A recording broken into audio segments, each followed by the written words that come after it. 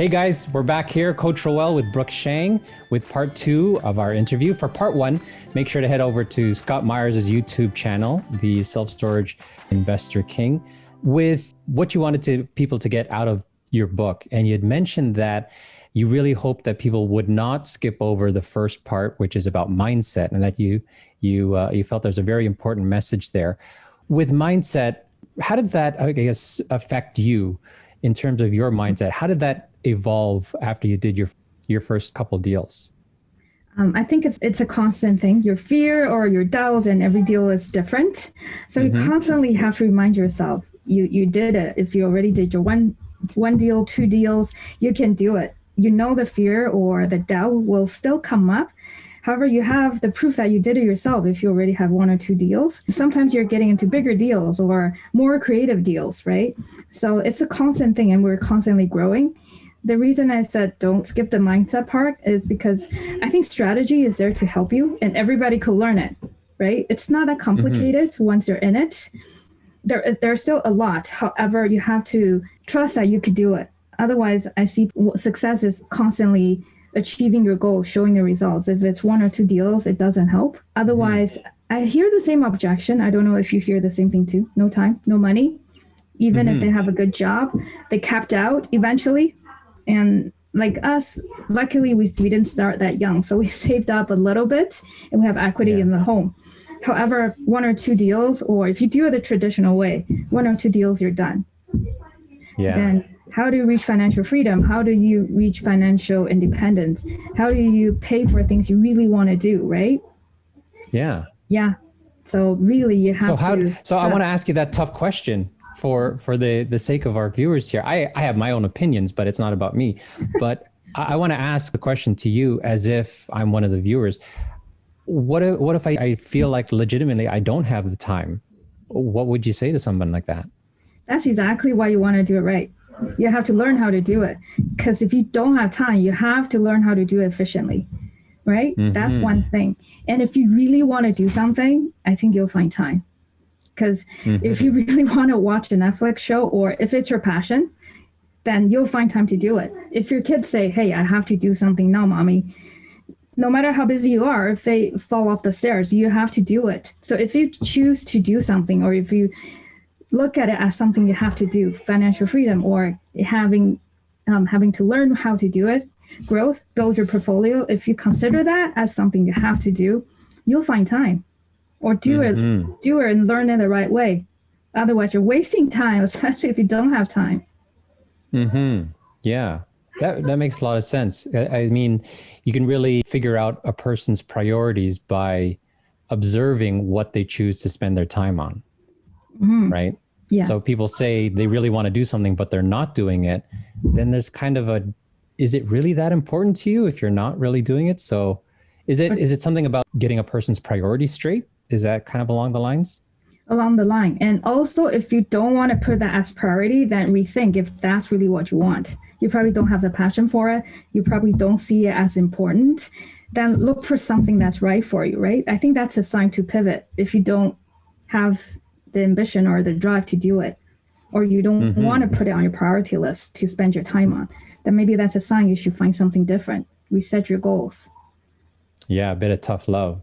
So what about the next obstacle that we always hear? But many people we know hit the next obstacle being, okay, I've got some time. I'm going to make it a priority, or I'll work it into my schedule, but I don't have any money. What do I do, Brooke? That's why you have to be creative. So for me, I start to have JV partners. And now I learn JV being joint venture. Joint venture partners, yes. Yeah. And also there's a lot of creative ways to do it, because basically money is debt. Money is not backed up by, well, you're in financial industry. Money is not backed up by gold anymore. Money is really debt. So it's learning about how to leverage, right? Right. Yeah. Were you always comfortable with debt? No. Okay, so this is something that I know I come across as well too. Very well meaning and very well educated and high income earners are still, not comfortable with debt. So what would be your definition, or how do you see debt? Right now I see debt as a tool, and I don't take out debt if it doesn't make money for me. That's one of the two things I follow. So if you use it as tool, that's how you leverage. And yes, in the beginning, I was very uncomfortable with debt. My first big debt was actually the education, because we had a HELOC, but we never touch it. Right. Yeah, we just left it there, and we thought, oh, we have to pay 3%. No, I don't want to do it. Do you have like different places where you have certain types of debt? Right now, I look at debt differently. I'll get as much credit as I can. And if my money is not working, then I start to worry that, hey, I'm not working at my full capacity. It switched since I learned about how to leverage debt and how to use it. So I'm not afraid of it anymore because I know how to get it back. I actually had a deal that went south. I lost some money. And I think if I'm not educated, I'd be worried. And now I'm looking at it like, I'll make it back.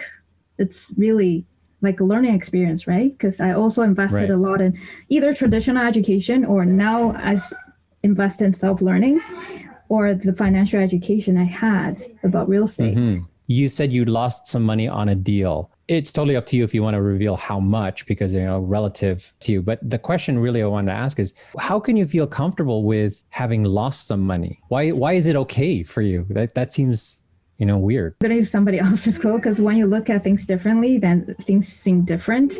So at first, of course, I tried everything I could to see if I can save it. And then when I knew there's a deal we couldn't save anymore, then I thought, okay, I learned something for sure. And really at that point, I already accumulated some experience in real estate. So I look at it as, then how quickly can I recoup and can I make that money back? It really doesn't seem that difficult anymore. That's how you look at things differently now. And again, I used money to leverage and had that deal done. I did pay debt servicing. However, I also look at how long it takes me to pay back that principal. With the passive income and real estate income, I can make that back in a matter of months. So I'm like, okay. And I totally believe you. It just seems like it's just the confidence is there. It's because I'm trying to remember too that as well, once upon a time, just having been a traditional wannabe investor myself, it's like, oh, I can't afford to lose any money, and it would be the end of the world. It would just knock me out of the whole game. But you seem like, oh yeah, no big deal. I lost some money. I did whatever I could, but there's like this confidence about you that just says, I can do it again. I can make that money back, and you can re-leverage and do more deals. Do you have any cool creative investing stories that you can share? Sure. I share that in my book too. And my focus is rent to own right now. So rent to own itself is very creative. Every deal is different. Sometimes I do 3-way JV. I've done 4-way, 5-way JVs, and things like that I've done. Sometimes people ask me what the easiest deal is. I think the easiest deal, and some are creative, is I gave my investor a fixed percentage, and every month, then say I pay my investor 5-6% a month, which is really good if you're doing mutual funds, if you're holding GIC, etc. And it's very stable. 5-6% per month? Because I can make more, and that's OPM, right? Right. That doesn't use my other people's money. That didn't use my mortgage capability. That doesn't use my own HELOC, and I'm helping somebody make that money too. And because they're not comfortable with different risks, so they're basically invest in me personally or use my company, for example. Right. And then I use the money to invest in other things. And as an investor, we can make higher percentage, right? So what would be the profile of the ideal investor in one of your deals? Not just bring to the table, but what would they also be looking to achieve? I think my typical investor is myself, my past life, actually, because some of them are my friends. Some are, of course, people in the investment circle, so they know how the deals are done and understand the strategies. My ideal, though, I mean, currently I'm just thinking about who are my JV partners. They were me in my past life. Kids, corporate jobs, no time, and looking for somebody they can trust to place their money in. So people who, work for corporate, work for banks, and contribute to RSP, for example, and seeing, the main reason is I think people see what I'm doing. At first, I wasn't like in podcasts or talking to people. I'm actually really shy, and I don't broadcast what I do. And then finally, I started to show people my deals, and naturally a lot of people want to do it. Also, I assess my investors' comfort level. So say, for example, I can make more than 6% if you want to come on JV, joint venture deals with me. If you're not, I'll give you a fixed percentage. It's still a lot better. Would you do it? Typical profile is people who have corporate jobs, they qualify for a mortgage.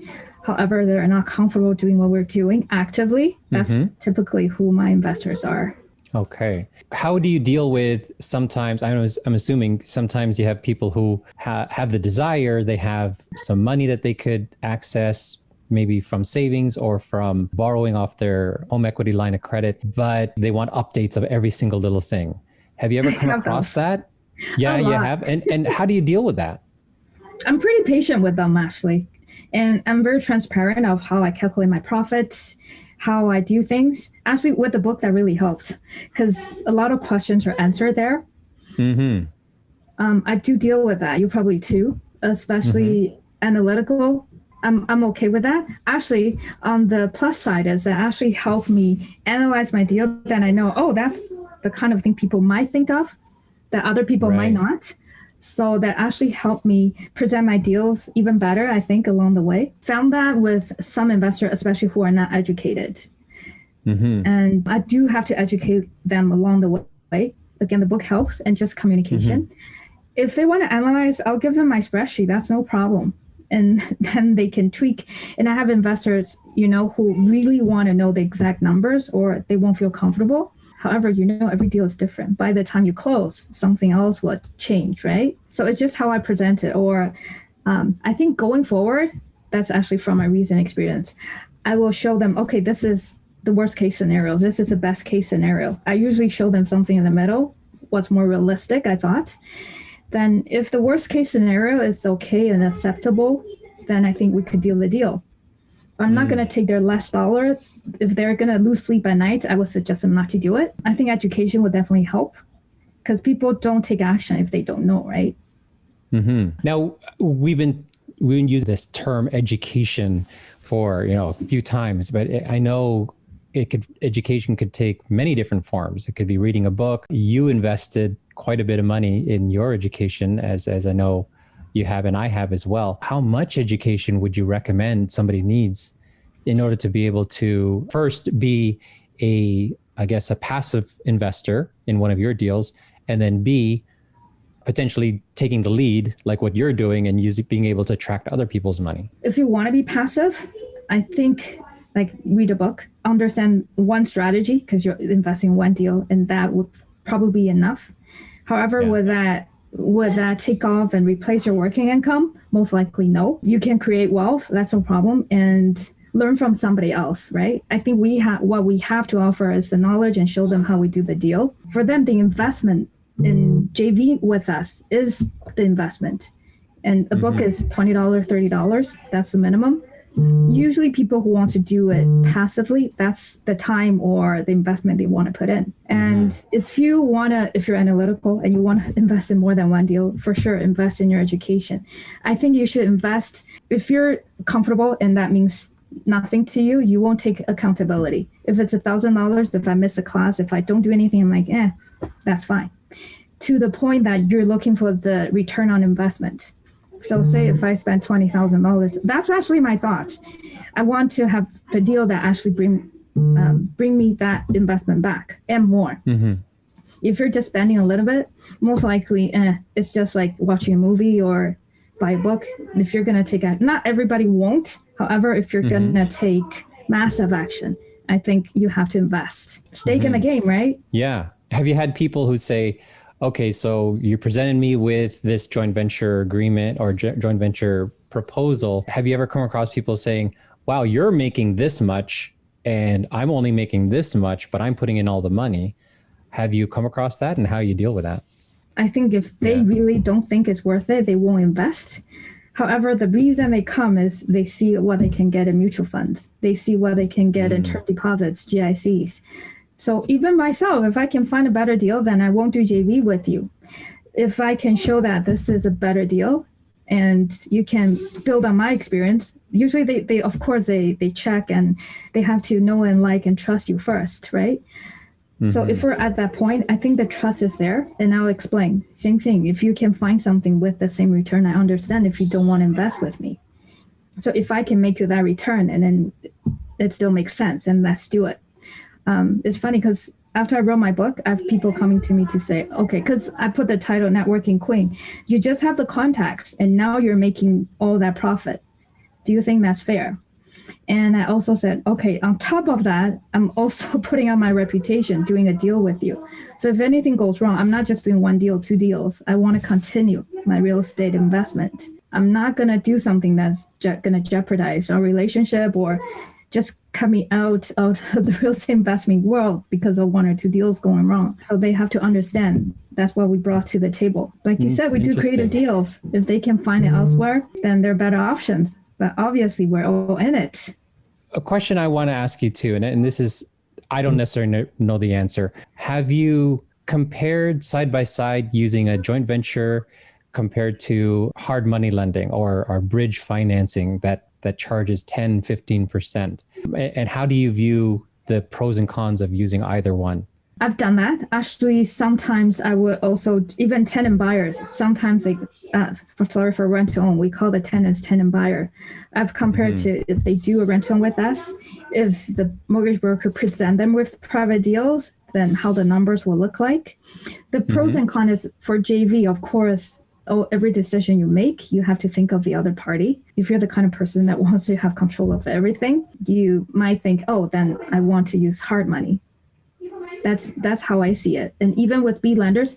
And another thing is sometimes using JV, then you can continue to grow. And using your own qualification, you might be limited. Right. It all depends. There's pros and cons, like you said, for sure.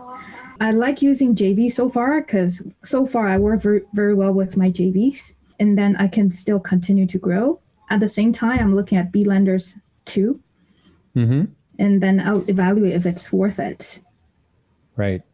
Now with the JVs, help us put it into a little bit of context. What do you expect the JV to bring to the table? Is it just money or is it also qualification for mortgage or usually, what other things do you expect? Usually the initial investment and being able to qualify for mortgage. I've also have deals where it's funny because I think most investors are kept out. I've also had deals where the qualifier doesn't have enough cash to come in the deal, then we could help the investor in that aspect. We'll calculate that in the return and everything. I look for ideally somebody who can qualify and bring in an initial investment that make the deal easier. If not, no problem, we can still get it done. So in that case, if they can qualify but they don't have the down payment, where would you get the down payment from? I've helped out before. I've also have people who can qualify and use their brother or sister, or I've had 4 people. How they, because I do 50-50, how they do their part, they can decide. I'll just say, the person who qualifies has to be on title. Then you guys can decide how you want to share the equity of the money partner part. Yeah, so it could be really creative, really. And I've also had cases where I put in a little bit, however, the interest gets paid. So whatever I put in is also considered expense, for example. So yeah, there's so many ways, not just one. Cool. Right. Now, for you, why do you do what you do? We're always talking about the whys for other people, and that's very strong to be able to help you get through the difficult times. But now that you're in it, like you're a bona fide real estate investor, what's your why for the next level? For the next level, I want to share my experience so other people can experience it too. Because really, it's abundance. It's not because I do one deal, then there's no money for you anymore in the market. I realize in real estate, it's not like that because we leverage, right? I want to show people how to do that too. And that's why the book, that's why I'm doing coaching. Right. And so people can build upon my experience. That's my why now. To start, I think I just want to prove the system works. And if I could replace my working income, that means I have security. That was the beginning. And now it's pay it forward and see if other people can experience it too. So how would you like people to get in touch with you? So say from watching this, they kind of download a sample of your book, or they're able to purchase it. It's on Amazon. I'll make sure to put a link in the description here as well. Yep. So what would be, if they wanted to get in touch with you, how would you prefer people to reach out? If you look for Brooke Shang on Facebook and LinkedIn and even Instagram, I'm the only one. So luckily, my name is pretty unique. You can find me that way. I think that's the easiest way. Or you can find my book, realestatenetworkingqueen.com. I put .com because maybe people worldwide would reach out to me. The website is also on my book. And there's bonus, and you can also leave a message there for me. Yeah, there's my website. You can leave a message for me, or you can reach out through social media too. Excellent. Well, it's been a pleasure having you here, Brooke, and thank you so much for sharing your insight. Great. I've known you for, at least first met you a few years ago, and it's just amazing to see how much you've done over the last few years. First day I started this journey. Thank you. So awesome. Once again, Coach Roel here signing off with Brooke Shang. Make sure you go pick up her book. It's called Financial Freedom, The Royal Way, 7 Commandments from the Networking Queen of Real Estate. And it's available on Amazon, all the different Amazons.ca.com and worldwide. Excellent. Yep. All right. So thanks again and stay safe. We'll talk to you again soon.